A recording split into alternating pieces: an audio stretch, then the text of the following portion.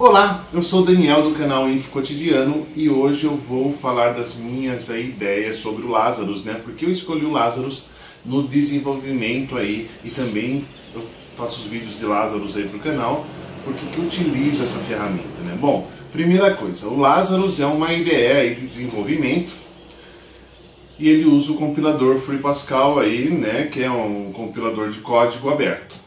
Quando nós falamos sobre código aberto, existe uma certa, sei lá, um certo ceticismo, não sei se essa é a palavra correta, porque eu falo assim, compilador de código aberto, será que eu posso confiar em programas de código aberto?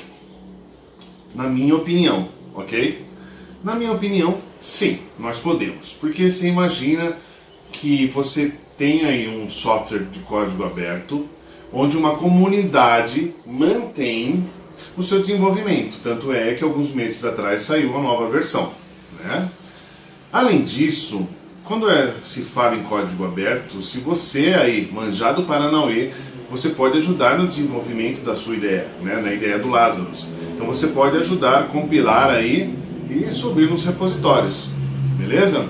Você pode ser aí um colaborador no desenvolvimento dessa ideia. Outra coisa, então você vai imaginar assim. Hoje você programa numa interface, numa ideia, enfim, você tem um ambiente de desenvolvimento, supondo que seja pago, tá? Quanto você gasta aí nesse ambiente de desenvolvimento? 5 mil, 10 mil, 20 mil, e aí? E se amanhã, de uma hora para outra, essa empresa simplesmente falar assim, não está me dando lucro e eu não vou mais manter essa ferramenta de desenvolvimento, simplesmente, ou por algum motivo fechar essa empresa, e aí, você vai ficar na mão? Vai ficar com o projeto legado? Falando em projeto legado, erroneamente muitas pessoas falam que o Lazarus é uma coisa legada, ultrapassada, coisa de vovós de outro mundo, né? De outra década. Mas é errôneo falar isso, né? É uma coisa errada. Por quê? Como eu já disse, acabou de sair uma nova versão, constantemente ele é atualizado, né? A comunidade mantém ele atualizada. E outra coisa, como você pode falar que um sistema legado ele compila em Windows 32, 64, Linux, BSD, macOS? Tem muitas linguagens que estão no Windows só até hoje, né? Outra coisa, existem aí linguagens muito poderosas que dizem assim, não, é multiplataforma. Só que é multiplataforma usando tipo uma runtime, uma virtual machine, né? Onde você precisa instalar um determinado aplicativo para rodar o aplicativo que foi criado em multiplataforma, né? Então é estranho, porque o Lazarus ele é multiplataforma. Você escreve independente do ambiente de trabalho, você pode ter instalado no seu Windows, no seu BSD, no seu macOS, né, no Linux, mas você pode ter instalado no seu sistema operacional e compilar nativamente para ele, ou compilar para outro sistema operacional. Eu posso trabalhar no Linux e compilar para o Windows, né, se o meu cliente for o Windows. Daí aparece um cliente com Mac lá na loja, você compila ele para Mac. Daí se o cliente tem um Windows, você não precisa ir ligar na rede uma máquina e fazer aí um cross-compile, né? Uma compilação cross. Dependendo de outra máquina, outro sistema na mesma rede, você simplesmente compila e está pronto. Faça uma vez, uma linguagem funciona para todo mundo. Você não precisa de runtime, de virtual machine, nada. É estranho falar, né, que é uma linguagem legada assim.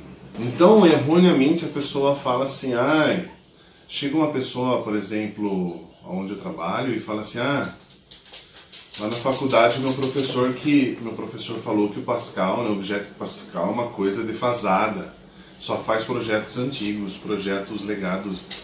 É mentira isso, talvez ele não tenha pesquisado sobre o assunto. Se quando fala em Pascal, não sei se na mente dele se remete lá atrás, né, ao Pascal, pai dos cálculos. Porque ele fala erroneamente, não, isso daí é só para sistema legado, e não é, gente. Você pode, hoje em dia, a maioria dos aplicativos comerciais, eles são feitos em Objeto Pascal, são feitos ainda em Pascal. né? Nós temos ótimas ferramentas nesse desenvolvimento, tá? Então, por exemplo, nós que utilizamos o Lazarus, nós utilizamos componentes. Então você pega aí um componente para acesso ao banco de dados, o Zeus, tá? Então você tem aí acesso aos mais conhecidos, né? Aos bancos de dados mais conhecidos, o Interbase, o Firebird, SQLite, o SQL Server, MySQL Server, Postgre, Oracle. E aí, é legado a esses bancos de dados? Né? Componentes de automação comercial. Você pega o ACBR aí criado pelo Daniel Simões. É uma ferramenta de outro mundo, né?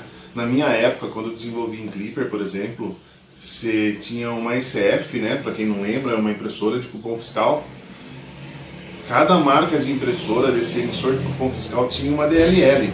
Nós tínhamos que desenvolver nessa DLL, porque se o cliente chegava com uma Bematec, você tinha que fazer, senão você perdia o cliente. Uma Daruma, enfim, você passava dias, meses programando, né? Com o ACBR, ele é diferente. Por exemplo, tudo é concentrado num componente só. A ideia do Daniel Simões é fantástica, que hoje abrange, né, uma comunidade abraçou ele. Por quê? Mas enfim, você tem um SAT, né? Seu cliente vai fazer a emissão aí do SAT, do cupom fiscal.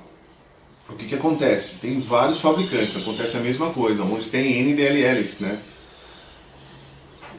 Você seleciona, você arrasta o componente lá, CBR SAT para sua tela, beleza? Lá você vai determinar, ó, que marca que é. Ah, é a Eugene, é Daruma, é Epson, é Gertec. Coloca a porta, assinatura, está funcionando o seu SAT. E a impressão dele? Se tem dezenas e centenas de impressoras, né? Você tem um módulo lá de impressão, você pode imprimir pelo Forts Report, ou senão você pode pegar o ACBR Post-Print, onde você determina a impressora, a porta. Então ela pode ser, a sua impressora de cupom, ela pode ser paralela, serial, USB, Wi-Fi, né, que é uma impressora Ethernet, e vai funcionar. Você vai fazer os comandos dela de baixo nível de corte de papel, aumentar o caractere, condensado, tudo pronto. O que você precisa fazer? Selecionar a impressora e a porta e imprimir, né? Sem contar que você pode controlar aí as portas quando ela for serial ou quando ela for internet, se ela está, que situação que está a impressora. Você tem um software, né, num restaurante, onde que tem uma impressora no bar, uma impressora na cozinha e está tendo um problema. O ACBR ele controla, por exemplo, se a impressora não está imprimindo porque a tampa está aberta, porque está com pouco papel, está faltando papel, ou se algum usuário desligou ela. Então já pensou? Olha o tempo de programação que você ia perder fazendo controle de retorno de cada uma das marcas, centenas ou milhares de códigos de programação para fazer a impressão correta dos seus cupons. Né? Não é qualquer linguagem que tem isso. Eu conheço programadores de outras linguagens que usam a CBR Monitor, que foi feita em Lazarus, para controlar isso daí, para emitir os documentos fiscais. Né? Isso, eu falei só de dois componentes, né? Do SAT e do Post-Printer, mas existe uma gama gigantesca de componentes. Tá? Então, para mim, o Lazarus é fundamental aí no meu ganha-pão. Tá? E outra coisa, você tem que pensar assim, na agilidade e no seu retorno, né? Porque o que acontece? Às vezes você tem 2 meses para desenvolver o sistema. Que linguagem você arrasta os componentes? De banco de dados. Pegou um componente de banco de dados, selecionou lá, nome do banco de dados, eu quero o Oracle. Usuário sem o nome do banco está conectado. Eu quero o Firebird, está conectado. Nisso, você vai fazer um CRUD de clientes. Você arrasta os seus edits, o DB Navigator, e linka com esse componente de banco de dados. Está pronto. Você criou um CRUD praticamente sem digitar uma linha de programação. Pouquíssimos minutos. É lógico que nós gostamos do que de implementar nossos sistemas. Então, mesmo assim, né, implementando e fazendo algumas coisas, é mais rápido o desenvolvimento. Em que linguagem você faz aí praticamente uma tela, um ambiente visual, né, que vai mostrar um show message aí em 10 segundos. Uma telona bonita e tal. O Lazarus faz isso. Ele te poupa muito tempo. E outra coisa, o seu cliente final não interessa qual linguagem foi feita. Porque se compila, se roda no Windows 32, se rola no Linux, no Mac, filho. Que diferença faz? Vai funcionar? Funcionou. Uma coisa muito importante é o seguinte, para pequenos empreendedores, né, o seu Zé do bar, o seu João da esquina, não importa que linguagem que foi feita. Eles querem resultado. Eles querem imprimir o cupom fiscal, imprimir as suas notas fiscais, tá de acordo com as leis e boa. O seu João pode ter uma máquina Linux, o José um macOS e quem sabe o Antônio uma máquina Windows. Todos eles com o mesmo sistema, compilado aí para sistemas operacionais diferentes e rodando seus documentos fiscais aí tranquilamente, né? Você recebe por isso. Então eu acho muito importante isso. Lembre-se, o seu cliente, para ele, não importa qual a linguagem de programação, desde que venha resultados, né? E outra coisa, por exemplo, tem uma vez, quando o cliente sabe um pouquinho mais, manja aí de informática, ele pergunta assim, há muito tempo atrás, um cliente me perguntou assim, mas seu banco de dados é Firebird. E aí, que o meu banco de dados era Firebird? Sem problema nenhum, nunca tive problema com Firebird. Roda bem, seu sistema vai funcionar, que é uma beleza. Mas existem bancos como o SQL Server que são mais robustos. Eu concordo plenamente. São robustos? São. Mas você tem aí, lembre-se, quando se fala com banco pago, você paga aí por core. Quanto custa para multicore? 20 mil reais? Ou você pode pegar o gratuito e ficar limitado a 1 core e a N gigas aí de memória. Ou seja, não adiantou nada, né? Então, assim, nada, quando é de empresa privada, né, a maioria das vezes, tem empresas que oferecem software de programação, né, um ambiente de desenvolvimento. Só que fala assim, é gratuito, mas é gratuito como? Você tem que ler antes de instalar. É gratuito quem tem menos de N funcionários? Mas vai ser gratuito até eu gastar R$1.000. Ou seja, se tiver um cliente já não é mais gratuito, né? Quando você começar a ganhar não é mais gratuito. E se essa empresa fechar, como fica? Né? Então tudo isso você tem que colocar na ponta do lápis, né? Existem vantagens e desvantagens. A vantagem aí, que nem eu falei do Open Source, é que você tem o código na mão. Os componentes do Daniel, né? Da CBR. Você tem aí tudo na sua mão, na sua máquina.